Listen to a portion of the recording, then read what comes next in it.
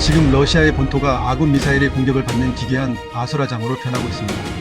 2026년 1월 20일 전세계 정보 당국을 경악시킨 사건이 발생했습니다. 러시아가 자랑하던 최첨단 방공 시스템 S-300이 우크라이나의 드론을 잡힌 분명 자국의 고층 아파트를 정면으로 들이받은 것입니다. 크라스노다르 주의 아피프스키 마을은 순식간에 화염에 휩싸였고 주민들은 잠옷 차림으로 영화의 추위 속에서 탈출해야 했습니다.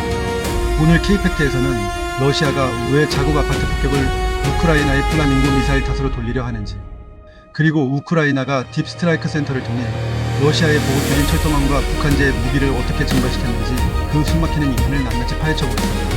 이 영상을 끝까지 보신다면 첨단 기술의 맹점과 전쟁의 광기가 결합되었을 때 어떤 비극이 일어나는지 근명확한 증거를 목격하게 될 것입니다.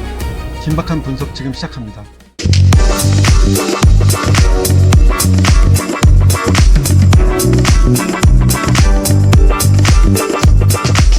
사건의 발단은 러시아 남부의 평화로운 마을 아피프스키를 뒤흔든 거대한 폭음이었습니다.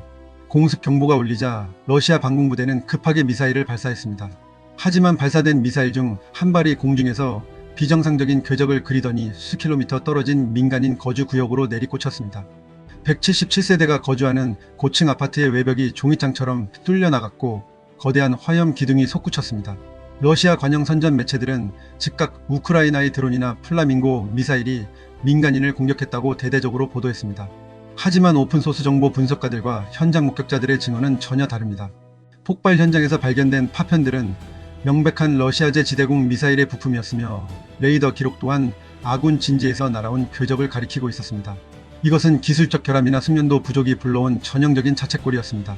전문가들은 러시아의 미사일들이 고질적인 자이로스코프 오류나 추진체 안정화 장치 결함으로 인해 목표를 잃고 가장 가까운 대형 구조물인 아파트를 타격한 것으로 분석하고 있습니다.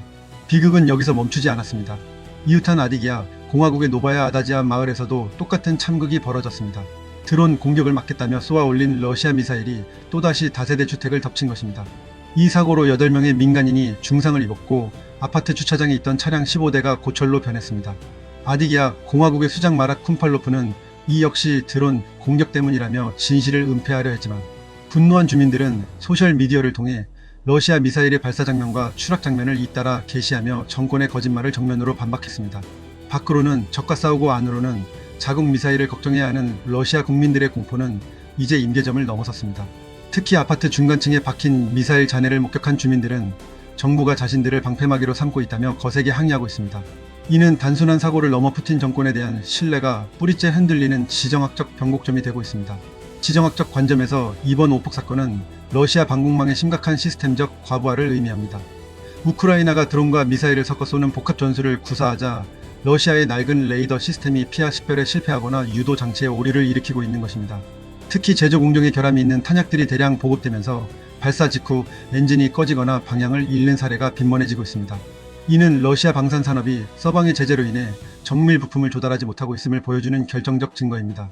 푸틴 정권은 이러한 치부를 가리기 위해 모든 사고를 우크라이나의 소행으로 몰아가고 있지만 이미 전 세계 정보망은 러시아 내부의 붕괴 신호를 포착하고 있습니다. 또한 러시아 방공 부대원들의 숙련도 저하도 심각한 문제입니다. 전방에서 소모된 전문 인력의 빈자리를 급하게 징집된 미숙련병들이 채우면서 발사 절차 오류가 빈번하게 발생하고 있으며 이는 곧 자국민에 대한 오폭이라는 참혹한 결과로 나타나고 있습니다. 우리가 이 사태에 주목해야 할 또 다른 핵심적인 이유는 우크라이나의 역대급 딥스트라이크 작전 때문입니다. 우크라이나 보안국 사나 딥스트라이크 센터는 1월 17일부터 19일까지 러시아의 전략적 급소를 정확히 타격했습니다.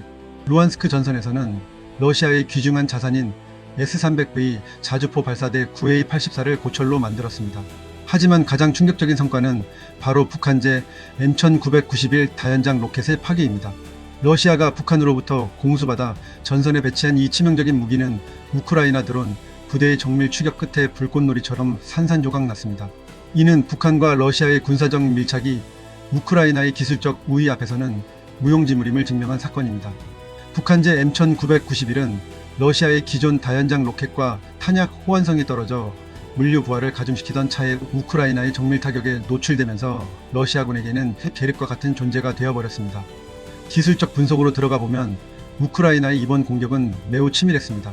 그들은 단순히 병력을 노리는 것이 아니라 러시아 군의 움직임을 물리적으로 멈추게 할 철도 인프라를 노렸습니다. 마리우폴과 루안스크 지역의 주요 철도 변전소 3곳이 이번 작전으로 암전되었습니다.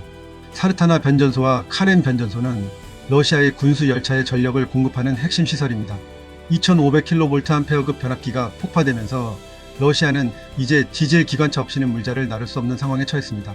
또한 아조브스카야 변전소의 파괴는 지역 방산 공장들의 가동을 중단시켜 러시아의 무기 생산 능력을 마비시켰습니다. 딥스트라이크 센터의 코디네이션 아래 네메시스 2여단과 마자리의 새들 부대가 보여준 이번 협동 작전은 현대전의 정수를 보여주었습니다. 특히 변전소의 핵심 부품인 대형 변압기는 제작과 설치에 수개월이 소요되기에 이번 타격은 러시아의 보급망에 영구적인 흉터를 남긴 것과 다름없습니다. 여기서 우리는 잘 알려지지 않은 비하인드 스토리에 주목해야 합니다. 러시아가 자국 오폭 사건의 범인으로 지목한 우크라이나의 플라밍고 미사일은 사실 러시아 내부의 공포가 만들어낸 유령일 가능성이 큽니다. 실제로 우크라이나가 플라밍고라 불리는 신형 미사일을 운용하고 있다는 정보는 있지만 이번 아파트 타격과는 무관하다는 것이 중론입니다. 오히려 러시아 군 수뇌부는 방공망 실패의 책임을 하급 부대원들에게 묻기 위해 고의로 정보를 왜곡하고 있다는 정황이 포착되었습니다. 현장에서 미사일 부품을 수거하던 FSB 요원들이 민간인들의 접근을 차단하고 아군 미사일 표식을 지우는 작업까지 벌였다는 첩보가 들어와 있습니다. 이는 러시아 정부가 자국민의 안전보다 정권의 체면 유지를 더 중요하게 생각하고 있음을 여실히 보여줍니다. 분노한 현지 주민들은 검은 연기가 피어오르는 아파트 앞에서 이것이 진짜 우리를 지켜주는 방패가 맞느냐며 울부짖고 있습니다. 이러한 내부의 부패와 은폐는 러시아 군의 사기를 바닥으로 떨어뜨리고 있습니다. 의료용 저울로 화약을 재던 포병들처럼 이제 방공 부대원들도 자신들이 쏘는 미사일이 어디로 날아갈지 모른다는 불안감에 시달리고 있습니다. 전방의 탄약고가 딥스트라이크 작전으로 연쇄 폭발하고 후방에서는 아군 미사일이 아파트를 때리는 이 기막힌 현실 속에서 푸틴의 승리 선언은 공허한 메아리가 될 뿐입니다. 특히 루안스크의 노보크라스나야 마을에 있던 144사단 드론 창고가 한순간에 잿더미가 된 사건은 러시아가 믿고 있던 비대칭 전력마저 뿌리째 뽑히고 있음을 시사합니다. 우크라이나는 이제 적의 안방에서 벌어지는 모든 움직임을 딥스트라이크 센터를 통해 손바닥 보듯 들여다보고 있으며 이는 러시아 지휘부에게 심각한 심리적 공포를 안겨주고 있습니다. 우리가 처한 현실은 냉혹합니다. 동유럽의 전차전쟁과 중동의 수송기 전쟁 그리고 이제는 러시아 본토의 오폭 참사까지 전세계 안보 지형은 한치의 앞을 내다볼 수 없는 카오스 속으로 빠져들고 있습니다. 대한민국 국민 여러분, 우리는 강대국들의 방공 시스템이 자국민을 위협하는 이 시대를 목격하며 우리만의 독자적인 미사일 방어 체계인 KM3의 정밀도와 보안을 더욱 강화해야 합니다.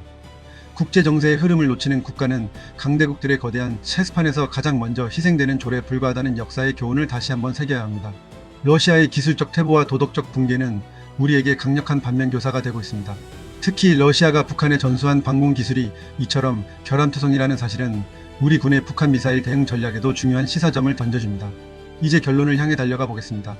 러시아 아파트를 뚫고 들어간 아군 미사일의 파편과 불타버린 북한제 로켓의 잔해는 2026년 세계 질서가 얼마나 불안정한 얼음판 위에 서 있는지를 증명합니다. 1500년 고찰이 불타버린 중국의 화재처럼 가짜와 진짜를 구별하기 힘든 카오스 속에서 우크라이나는 딥스트라이크라는 가장 확실한 칼날을 휘두르고 있습니다. 과연 푸틴은 자국민의 비명을 잠재우기 위해 또 어떤 거짓말을 준비할까요? 그리고 우크라이나의 딥스트라이크 센터는 다음 목표물로 무엇을 조준하고 있을까요? 역사의 수레바퀴는 이미 멈출 수 없는 속도로 돌아가기 시작했습니다. 러시아의 방공망은 이제 구멍 뚫린 우산이 되었고 그 구멍 사이로 우크라이나의 정밀 유도탄들이 러시아의 심장부를 향해 쏟아지고 있습니다. 과연 내일 아침 크라스노달의 지평선에는 평화의 해가 뜰까요? 아니면 또 다른 오폭 미사일의 연기가 피어오를까요? 그리고 러시아의 부모들은 자신들의 아파트가 적군이 아닌 아군에 의해 폭격당했다는 사실을 언제쯤 직시하게 될까요? 무너지는 방공망과 딥스트라이크의 불꽃이 교차하는 2026년 1월의 진실을 K팩트는 끝까지 추적하겠습니다. 오늘 전해드린 이 긴박한 정보들이 여러분의 세상을 보는 눈을 날카롭게 넓혀드렸기를 바랍니다. 이 거대한 드라마의 다음 장은 과연 피해 대결일까요? 아니면 극적인 타협일까? 끝까지 지켜보겠습니다. 여러분의 생각은 어떻습니다? 러시아의 방공 시스템 붕괴가 전쟁의 종식을 앞당길까요? 여러분의 통찰력 있는 고견을 댓글로 남겨주십시오. 이번 분석의 세부 내역을 다시 상세히 들여다보면 러시아가 현재 겪고 있는 물류 마비의 실체가 더 선명히 드러납니다. 철도 변전소의 파괴는 단순히 전기가 끊긴 것이 아니라 러시아의 전쟁 수행 능력 자체를 영구적으로 손상시킨 사건입니다. 미 법무부가 최근 자국 내 시위대를 연방 범죄로 다루겠다고 선언한 것처럼 트럼프 행정부는 중동과 유럽의 안보 위기를 동시에 관리하며 새로운 패권의 경계를 설정하고 있습니다. 미국은 이제 안팎의 도전을 동시에 정리하며 새로운 패권의 경계를 설정하고 있습니다. 한반도 안보에 미치는 파장도 결코 가볍지 않습니다. 북한은 러시아에 제공한 로켓의 파괴를 목격하며 자신들의 무기 체계의 한계를 절감하고 있을 것입니다. 북한의 기술이 실전에서 이토록 무력하게 소멸하는 광경은 김정은 정권에게도 적지 않은 충격이 될 것입니다. 중동의 위기와 동유럽의 전황 그리고 한반도의 긴장 상태는 이제 2026년 지구촌의 안전을 위협하는 거대한 연결고리로 작동하고 있습니다. 오늘 리포트가 여러분의 안보적 판단에 실질적인 도움이 되었기를 바랍니다. 세계는 지금 대폭발의 전야에 있습니다. K팩트는 앞으로도 가장 빠르고 정확하게 글로벌 안보와 경제의 이면을 추적하여 여러분께 보고하겠습니다. 러시아의 오폭 미사일이 남긴 파편은 단순한 금속 덩어리가 아니라 제국의 몰락을 알리는 조각들입니다. 진실의 무게를 견디지 못하는 독재의 결말을 우리는 실시간으로 목격하고 있습니다. 긴 시간 함께 해주셔서 진심으로 감사합니다. 구독과 좋아요는 진실을 밝히는 저에게 큰 힘이 됩니다. 지금까지 전략 시사 분석가 K팩트였습니다. 다시 한번 감사드립니다.